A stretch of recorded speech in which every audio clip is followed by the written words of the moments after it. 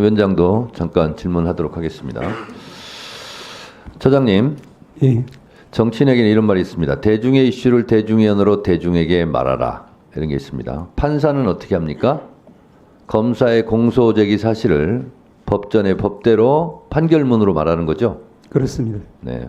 판사는 판결문으로 말합니다. 예. 그러면 이건 가정사항이 아니기 때문에 피해 나가지 마시고 답변해 주시기 바랍니다. 권오수 등 2심 판결문, 판사의 판결문입니다. 한번 띄워주시죠. 김건희 명의 계좌 관련해서 김건희 얘기가 87번이나 나옵니다. 87번이나 나와요. 김건희 명의 계좌는 종합해보면 통정 매매로 인정되고 김건희 계좌는 시세 조정에 이용된 계좌로 인정할 수 있다. 김건희 계좌는 통정 매매로 또 인정될 수 있다. 이게 판결문이 나옵니다. 김건희, CH 계좌 등등은 시세 조정에 이용된 계좌로 인정할 수 있다. 김건희 씨가 공소가 제기됐으면 주가 조작범이란 얘기입니다. 판결문은. 맞죠? 판결에 따르면은 그렇습니다. 판결에 따르면 김건희는 주가 조작범입니다. 도이치모터스 주가 조작범. 이건 부인할 수 없는 거죠. 권오수 등 판결문에 이렇게 나와 있으니까. 이 판결문대로라면 김건희는 주가 조작범입니다. 맞죠? 다시 말씀드리지만 이 판결에 적힌 내용, 그 판결이 이제 지금 상고심 올라갔습니다만은 상고심에서 변경되기 전까지는 존중해야 된다고 생각합니다. 다만 그 구체적인 내용이 이제 아까 말씀하신 네. 이제 분들의 어떤 관여, 어떤 공모의 자, 정도- 처장님께서 이 판결문대로라면 김건희 씨는 주가 조작범이라고 말씀을 하셨습니다. 지금. 자, 그런데요. 그 남편 윤석열 대통령은 대선 때 김건희 씨는 손해만 봤다. 이거는 선거법상 허위사실 공표죄에 해당됩니다.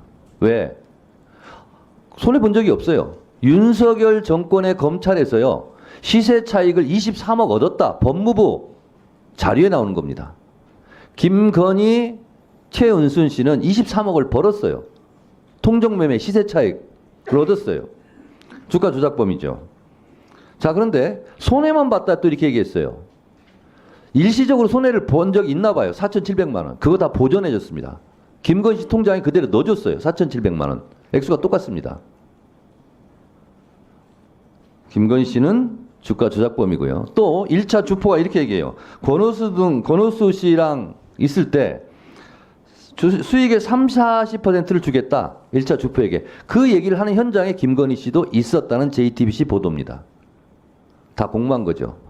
자, 2심 판결문은 손모 씨에 대해서 처음에는 1심에서 무죄가 난 이유는 공범으로 봤기 때문에 그건 무죄다. 다만 방조범이다. 이래서 실형을 때렸습니다. 김건희 씨도 공소 제기만 됐으면 실형을 맞는 거죠. 김건희 씨가요, 2010년 그 유명한 8만 주에 12시 3,300에 때려주셈. 이렇게 주문하자마자 7초 만에 김건희 씨 대신계좌증권에서 8만 주를 3,300원에 매도하는 주문이 나왔어요. 이런 뚜렷한 증거가 있는데도 검찰이 기소를 하지 않기 때문에 판사는 판결할 수 없는 거죠. 말씀을 드려도 되겠습니까? 네, 아니 기소를 하지 않았기 때문에 판결을 못하는 거 맞죠? 말씀을 드려도 되겠습니까? 아니 제가 묻는 말이 공소 제기된 내용만 지금 판사는 판결하는 거 아닙니까? 불기소했으면 재정신청할 수 있는데 그것도 아니고. 예, 그 일단 검찰에 공소가 있어야 판단할 수 있다는 건 위원장님 말씀 맞고요. 네. 그리고 이 판결에 따라서 이제 아까 그 공모가 인정되는지 안 되는지는 이 판결 내용을 좀 봐야지 알 것 자, 같습니다. 이 관련자들이요. 잡힌 사람들은 구속기소를 텐데 내가 가장 우려한 김건희만 빠지고 우리만 달리는 상황이 올 수도 있고 윤 쪽은 자기 마누라만 빠져나가면 나머지는 무기징역을 받든 사형을 당하든 아무 고민도 없는 사람들, 파렴치한 사람들이란 얘기예요. 그런 사람들에게 기대하고 있었더니 나도 한심하다 이런 얘기입니다. 자, 김건희 디올백도 분명히 청탁금지법 위반이에요. 제가 읽어볼게요. 청탁금지법 제8조 누구든지 공직자에게 또는 그 공직자의 배우자에게 수수, 금지, 금품 등을 제공하나 그 제공의 약속 또는 의사표시를 해서는 아니 된다. 이것도 기소를 안 하기 때문에 판결을 할 수가 없습니다. 또 김건희 관련된 얘기하겠습니다. 명태균 씨 동영 음성 좀 틀어주시죠. 매우 놀라운 일이 어제 스픽스에서 공개가 됐습니다. 3억 6천만 원 여론조사를 했다는 거예요. 명태균 씨 얘기 들어보시죠. 예, 하여튼 조사 돌리면서 할 때마다 나한테 좀 이야기를 해줘요. 맨날 윤석열한테 뭐 해줘야 돼. 보세요. 대선 기간 때 특히 또 깜깜이 기간에를 포함해서 26차례를 3억 6천 비용을 들여서 여론조사를 해줬다는 거예요. 그런데 국민의힘 대선 회계장부에는 이 명목이 없습니다. 불법이죠. 그래서 3억 6천을 달라고 비용을 추계를 했다는 얘기를 어제 강혜경 씨가 스픽스에서 폭로했습니다. 들어주시죠.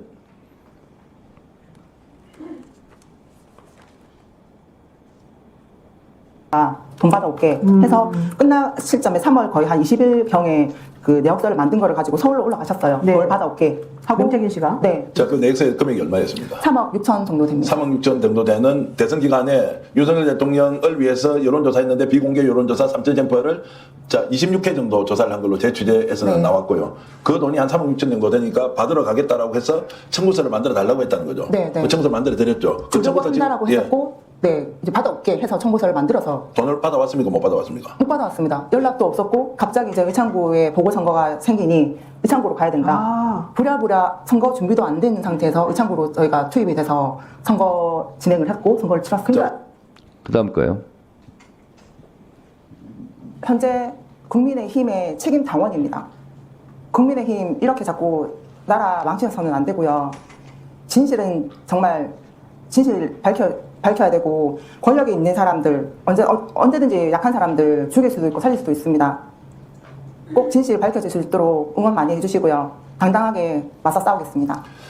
네, 1분간 더 넣으시죠. 자, 저는 사실로 보입니다. 이거 1시간 반 내가 제가 다 봤습니다. 근데 김영선 씨 회계 책임자 있고 미래한국연구소에서도 명태균 씨랑 같이 일했던 사람이에요. 세 사람이 지금 소송전을 벌이고 있습니다. 그래서 이분도 사기 횡령죄로 김영선 의원이 고소를 했대요. 그래서 자기도 어쩔 수 없이 지금 나와서 얘기를 하고 있는 겁니다. 저는 진실로 보여요. 처장님, 예. 만약에 이것이 검찰 수사를 통해서 법정에 오면 정치자금법 제32조, 정치자금법 제45조, 공직선거법 47조의 2, 공직선거법 237조 위반으로 저는 보입니다. 이거는 윤석열 대통령에 대한 명백한 탄핵 사유죠. 박근혜 대통령도 법률을 위배하고 헌법 수호 의지가 없다 하여 탄핵이 됐습니다. 저는 이것은 탄핵 사유라고 생각합니다. 처장님은 어떻게 생각하십니까? 말씀드리겠습니다. 아까 말씀하신 그 판결에 이제 직접 기소되지 않은 그런 사람들에 대해서는 그 부분에 독자적으로 다시 기소가 되었을 때 엄밀하게 판단이 이루어져야 되기 때문에 어떠한 이제 유무죄 예단도 가할 수 없다는 생각입니다. 그리고 말씀하신 것처럼 이제 아직 이제 그 수사가 이루어지고 있거나 하고 이루어지기 전이거나 이런 부분에 대해서는 엄밀한 정보 조사를 거친 다음에 저희 사법부에서 최종적인 판단을 내릴 수 있다 이런 말씀을 드릴 수 있겠습니다. 그야말로 강혜경 씨의 핵폭탄, 탄핵 폭탄이 터졌다고 생각합니다. 이것마저 검찰이 수사를 할지 안 할지 지켜보겠습니다.